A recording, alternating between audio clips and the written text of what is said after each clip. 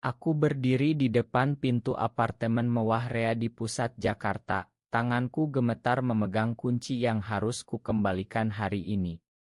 Kontrak kita berakhir, Andi, kata Rea dengan suara datar, tapi kemudian dia menarikku masuk dan menciumku dengan lembut yang tak pernah kuduga, membuat hatiku berantakan dalam sekejap. Ciuman itu singkat, tapi cukup untuk membangkitkan semua kenangan 3 tahun terakhir yang kusimpan rapat-rapat di dada. Aku mundur selangkah, napasku tersengal, sementara Rea hanya menatapku dengan mata yang kali ini tak lagi dingin seperti biasa. 3 tahun lalu, semuanya dimulai di lokasi syuting film independen di pinggiran Jakarta. Aku hanyalah asisten skrip biasa, pemuda 23 tahun dari Surabaya yang datang ke ibu kota dengan mimpi besar tapi kantong kosong. Ibu di rumah sakit, tagihan terus menumpuk, dan keluarga yang masih berharap aku segera menikah dengan gadis tetangga. Rea Santoso, sutradara yang namanya sudah melegenda di perfilman Indonesia, tiba-tiba memanggilku ke trailernya setelah pengambilan adegan malam. Aku butuh seseorang yang bisa dipercaya, katanya tanpa basa-basi. Pacar palsu selama 3 tahun. Publik harus percaya kita bersama. Bayarannya cukup untuk membayar semua hutang keluargamu, bahkan lebih. Aku ingat betapa tanganku dingin saat membaca kontrak itu di meja kayu mahal. Tidak ada sentuhan isik di luar kamera, tidak ada komitmen emosional, hanya penampilan publik dan rahasia yang harus dijaga mati-matian. Di Indonesia, di mana keluarga besar dan masyarakat masih memandang hubungan sesama pria sebagai aib, kontrak ini seperti tiket penyelamat sekaligus jebakan. Aku menandatanganinya malam itu juga. Keesokan harinya, foto pertama kita berdua di Kai Elite sudah beredar di media sosial. Komentar langsung membanjiri, cocok banget, Rea akhirnya move on dari gosip lama. Tak ada yang tahu bahwa di balik senyum itu, aku hanya aktor baru yang belum tahu peran seberapa besar yang harus kumainkan. Bulan-bulan pertama berlalu seperti kabut. Rea sibuk syuting, aku mengurus jadwal dan kadang ikut ke acara amal sebagai pasangan. Keluargaku di Surabaya senang melihat aku berpacaran dengan orang sukses, meski mereka tak pernah bertemu langsung.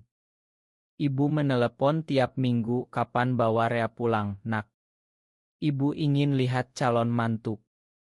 Aku hanya bisa tertawa gugup dan mengalihkan pembicaraan. Di dalam hati, aku mulai merasa aneh setiap kali Rea menyentuh pundakku di depan orang banyak. Bukan karena tak nyaman, tapi karena aku mulai bertanya-tanya, apakah sentuhan itu hanya sandiwara atau ada sesuatu yang lebih. Rea selalu menjaga jarak di rumah. Kami tidur di kamar terpisah, berbicara hanya soal pekerjaan. Tapi malam-malam aku melihatnya menatap layar laptop dengan wajah lelah, seolah membawa beban yang tak pernah dia ceritakan. Suatu malam setelah pesta premier film terbarunya, Rea mabuk sedikit. Dia duduk di sofa apartemen dan berkata pelan, "Kau tahu kenapa aku lakukan ini, Andi? Keluargaku di Bandung tak akan pernah terima kalau tahu aku seperti ini. Ayahku politisi, ibuku masih aktif di masjid. Kontrak ini bukan hanya untuk karir, tapi untuk melindungi mereka juga." Aku diam saja, tapi kata-kata itu menempel di pikiranku seperti duri. Kami sama-sama menyembunyikan sesuatu yang sama. Aku pulang ke Surabaya akhir pekan itu dan melihat ibu yang semakin lemah. Dokter bilang operasi harus segera dilakukan. Uang dari Rea sudah masuk rekening, tapi rasa bersalah mulai menggerogoti. Apakah aku menjual jiwa hanya demi uang? Atau ada bagian dari diriku yang mulai menikmati peran ini? Hari-hari berikutnya, kontrak mulai terasa lebih berat. Kami harus menghadiri undangan pernikahan teman Rea di Bali. Di sana, di bawah sinar matahari pantai, Rea memeluk pinggangku di depan semua orang dan berbisik, mainkan peranmu dengan baik. Aku tersenyum, tapi dalam hati aku bertanya, mengapa pelukannya terasa hangat sekali malam ini. Malam harinya, saat kami berdua di Ila, Rea tak langsung tidur. Dia duduk di teras dan bercerita tentang masa kecilnya di Bandung, bagaimana dia harus menyembunyikan majalah ilmu pria sejak remaja. Aku mendengarkan tanpa menyela. Untuk pertama kali, aku melihat Rea bukan sebagai sutradara besar, tapi sebagai pria yang juga terluka. Kembali ke Jakarta, gosip mulai beredar di industri. Seorang produser muda mendekatiku di lokasi syuting dan bertanya, "Kau beneran pacarnya Rea atau cuma untuk promosi?" Aku menjawab dingin, tapi malamnya aku tak bisa tidur. Aku menelepon sahabatku Budi, satu-satunya orang yang tahu rahasia ini. "Hati-hati, Dimas. Orang seperti Rea biasa main-main dengan hati orang kecil." Aku marah mendengarnya, tapi kata-kata Budi seperti benih keraguan. Apakah Rea hanya menggunakan aku? Tekanan dari keluarga semakin kuat. Ayah menelepon dari Surabaya, "Sudah 3 tahun, Andi. Kapan kau nikah?" Tetangga mulai bertanya-tanya kenapa kau tak pernah bawa pacar pulang. Aku berbohong lagi, bilang Rea sibuk syuting. Di dalam kamar kecil apartemenku yang sebenarnya, aku menangis diam-diam. Aku mulai menyadari bahwa perasaan ini bukan lagi sandiwara. Setiap kali Rea tertawa di depan kamera, aku merasa bangga. Setiap kali dia pulang larut dan meminta kopi hitam, aku ingin memeluknya. Tapi kontrak melarang segalanya. Suatu hari, Rea membawa aku ke rumah orang tuanya di Bandung untuk memperkenalkan. Ibu Rea memelukku hangat, akhirnya Rea bawa pulang calon yang baik. Aku tersenyum, tapi di dalam dada ada badai. Malam itu, di kamar tamu, Rea duduk di tepi tempat tidurku. "Ma, Andi. Aku tahu ini berat untukmu." Suaranya pelan, hampir rapuh.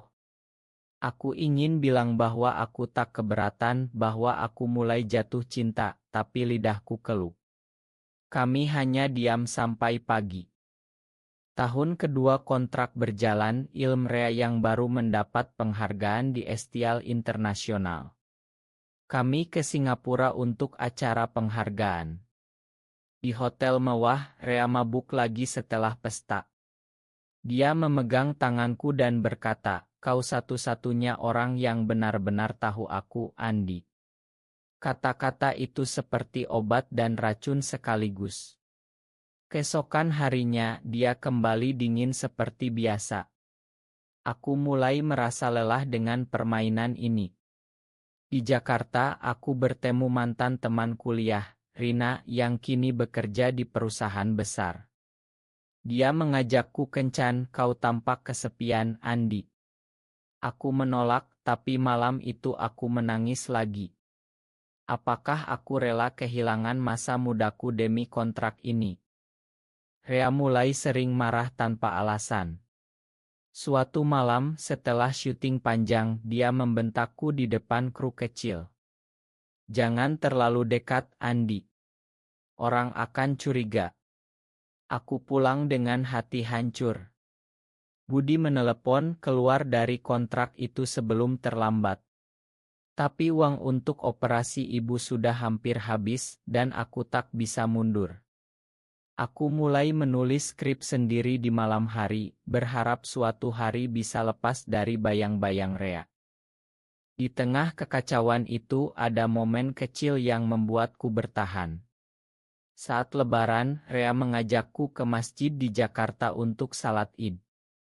Kami berdiri berdampingan dan untuk sesaat, aku merasa kami benar-benar pasangan. Setelah salat, Rea berbisik, "Terima kasih sudah ada di sisi aku. Kata itu sederhana, tapi cukup untuk membuatku bertahan 1 tahun lagi. Tahun ketiga semuanya mulai retak. Keluarga Rea mendesak dia untuk menikah dengan anak rekan bisnis. Rea menolak, tapi gosip di industri semakin liar. Seorang aktor muda yang iri menyebarkan rumor bahwa aku hanya mainan Rea. Aku mendengarnya langsung di KAE, dan malam itu aku konfrontasi Rea.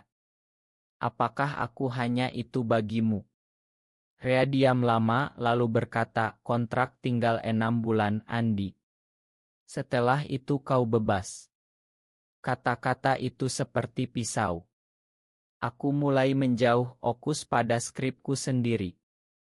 Ibu di Surabaya menjalani operasi berhasil berkat uang Rea. Saat aku pulang, ayah memelukku dan bilang, kami bangga padamu, nak. Rea orang baik. Aku tersenyum, tapi dalam hati aku merasa kotor karena terus berbohong. Di Jakarta, Rea mulai sering pulang larut, dan aku mencium aroma parfum wanita di bajunya. Aku tak bertanya, tapi rasa cemburu membakar dada. Apakah dia benar-benar strike dan hanya pura-pura? Suatu hari, di lokasi syuting film baru Rea, seorang produser wanita mendekatiku dan berkata, Rea bilang kau akan segera pergi setelah kontrak selesai. Benar. Aku mengangguk, tapi malam itu aku tak bisa tidur. Aku menyadari bahwa aku telah jatuh cinta pada pria yang kontraknya akan segera berakhir. Aku menulis surat panjang yang tak pernah kukirim, berisi semua perasaan yang selama ini kutahan. Bulan terakhir kontrak tiba lebih cepat dari yang kubayangkan. Rea sibuk mempersiapkan ilmu besar, dan kami jarang bertemu di apartemen. Aku mulai berkemas, memindahkan barang-barang kecilku ke apartemen kecil di pinggiran. Budi datang membantu dan berkata, ini kesempatanmu untuk mulai hidup baru, Andi. Temukan orang yang sungguhan mencintaimu. Aku tersenyum getir. Bagaimana aku bisa mencintai orang lain kalau hatiku sudah penuh dengan Rea? Malam sebelum hari terakhir, Rea menelepon. Besok jam 7 malam di apartemen. Kita akhiri dengan baik. Suaranya biasa saja. Aku datang tepat waktu membawa kunci dan semua dokumen. Rea sudah menunggu dengan 2 gelas wine. Kami duduk di sofa yang sama tempat kami pernah diam berjam-jam.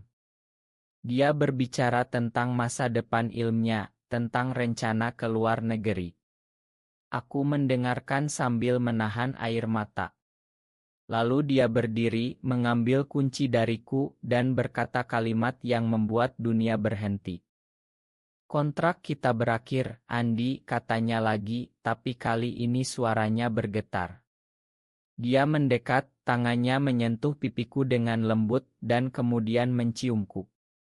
Bukan ciuman sandiwara, bukan ciuman untuk kamera. Ciuman itu penuh perasaan yang selama 3 tahun dia sembunyikan. Aku membalas tanpa berpikir, air mata mengalir di pipiku. Saat kami berpisah, Rea berbisik, aku mencintaimu sejak tahun pertama, Andi. Tapi aku takut. Takut kehilangan segalanya. Kami duduk berjam-jam malam itu, bicara tentang semua yang selama ini kami pendam. Rea bilang dia sudah siap melawan keluarganya, siap keluar dari bayang-bayang kontrak. Aku menceritakan betapa aku hampir menyerah berkali-kali. Pagi harinya, kami berjalan bersama di taman dekat apartemen, tangan saling genggam tanpa takut. Untuk pertama kali aku merasa bebas. 3 tahun sebagai pacar kontrak telah berakhir, tapi perjalanan kami baru saja dimulai. Aku tak lagi takut pada label, pada keluarga, pada masyarakat. Karena cinta tak pernah meminta izin kontrak. Apakah benar cinta sejati selalu bisa lahir dari hubungan palsu, atau itu hanyalah ilusi yang rapuh di tengah tekanan masyarakat Indonesia? Benar atau salah?